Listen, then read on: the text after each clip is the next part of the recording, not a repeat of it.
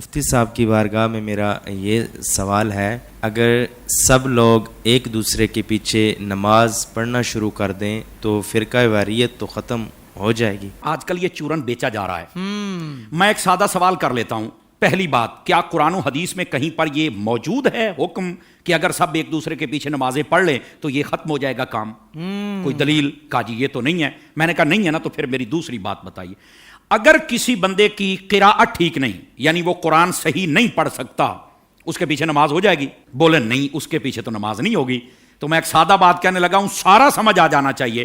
جس کا قرآن ٹھیک نہیں ہے، جب اس کے پیچھے نماز نہیں ہوتی، تو جس کا ایمان ٹھیک نہیں ہے اس کے پیچھے ہماری نماز کیسے ہو جائے گی؟ کیا کہنے علامہ صاحب۔ بات دراصل یہ نہیں کہ کس کے پیچھے نماز پڑھنی، بات یہ کہ جو مصلی پر کھڑا ہے نا، آپ نے دیکھنا اس کا عقیدہ بھی درست ہے کہ نہیں ہے۔ جی جی جی جی جی میں آپ کو اس سے بھی ایک سادہ مثال دے دیتا ہوں۔ دیکھیے، ہم پیچھے کھڑے ہیں، ہم نے کہا پیچھے سے امام کے اللہ اکبر، بھائی جو مصلی پہ کھڑا ہے حضرت، وہ بھی تو دیکھو نا، یہ کس امام کے پیچھے ہے؟ آیا کہ یزید کو امام کہنے والا ہے یا حسین کو امام کہنے والا ہے؟ کیا کہنے، تو ذرا اس بات کو سمجھو نا۔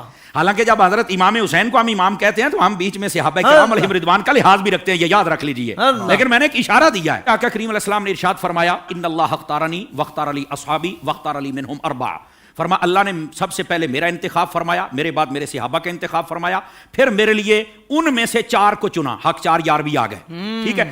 پھر اس کے بعد فرمایا، اس کے مختلف پہلو آگے ہیں، مختلف الالفاظ والطرق والسند، یہ روایت ہے، لیکن ایک روایت یہ بھی ہے، فرمایا ان قریب ایک قوم آئے گی، ینتقصونہم ویسبون اصحابی، جو میرے صحابہ کرام میں سے نقص نکالے گی، عیب نکالے گی اور گالیاں دے گی۔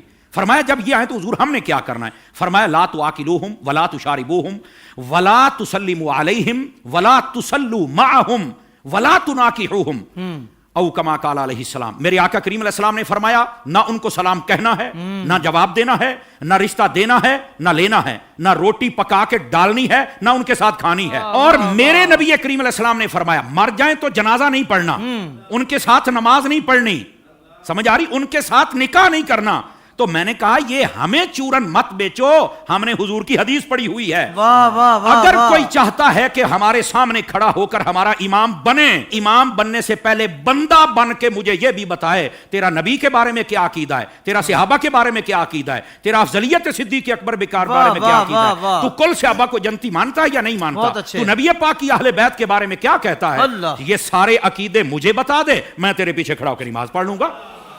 کیا کہنے، کیا کہنے۔ ویسے یہ جو نمازوں کا شوق ہے نا، میں صرف اتنی بات بتا دوں بھائی جان، یہ ترمذی شریف میں روایت موجود ہے، ایسی روایات جب آتی ہیں تو پھر بیٹھ جاتے ہیں کیڑے مکوڑے، یتیم العلم یزید الفکر، وہ بیٹھ کے کہتے ہیں کہ نہیں یہ یوں نہیں، یہ یوں نہیں، یہ ٹھیک نہیں۔ میں نے کہا حضرت جب آپ کی اصل ہی ٹھیک نہیں تو آپ کو یہ بات کیسے سمجھ آئے گی؟ نبی پاک علیہ السلام تشریف فرما ہے، ایک شخص آ گیا، اس نے کہا حضور فلاں شخص فوت ہو گیا، جنازہ پڑھانا۔ فرمایا ہم نے نہیں پڑھانا اس کا، حالانکہ مشکاہ شریف پڑھ لو، حضور نے فرمایا جب کوئی فوت ہو جائے مجھے بتا کرو، جنازے میں پڑھاؤں گا۔ جی آپ اس بات کا اظہار فرمایا کرتے تھے کہ جنازہ میں نے پڑھانا، میں نے مفہوماً و مختصراً بات سنائیے، اس کا جنازہ کیوں نہیں پڑھا؟ جب سوال پوچھا گیا تو آقا کریم علیہ السلام نے فرمایا، انہ کان یبغض عثمان ابن عفان، یہ میرے عثمان سے بغض رکھتا ہے۔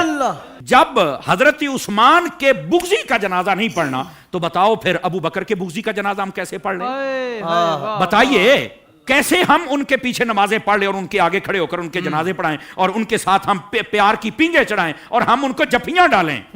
بھائی ان سب کو سمجھنا چاہیے، یہ ڈائریکشن ہے سیدھی سڑک، یہ شفاعت نگر کی ہے، اس سڑک پر آ جائیں جس کا نام راستہ اہل سنت ہے، ہم تمہارے پیچھے کھڑے ہو کر نمازیں پڑھنے کے لیے تیار ہیں۔ تو جب عقیدہ ہی واضح نہیں ہے تو آڈی پنجابی کہندے نے ویکھ کے زہر تو کوئی نہیں پیندا۔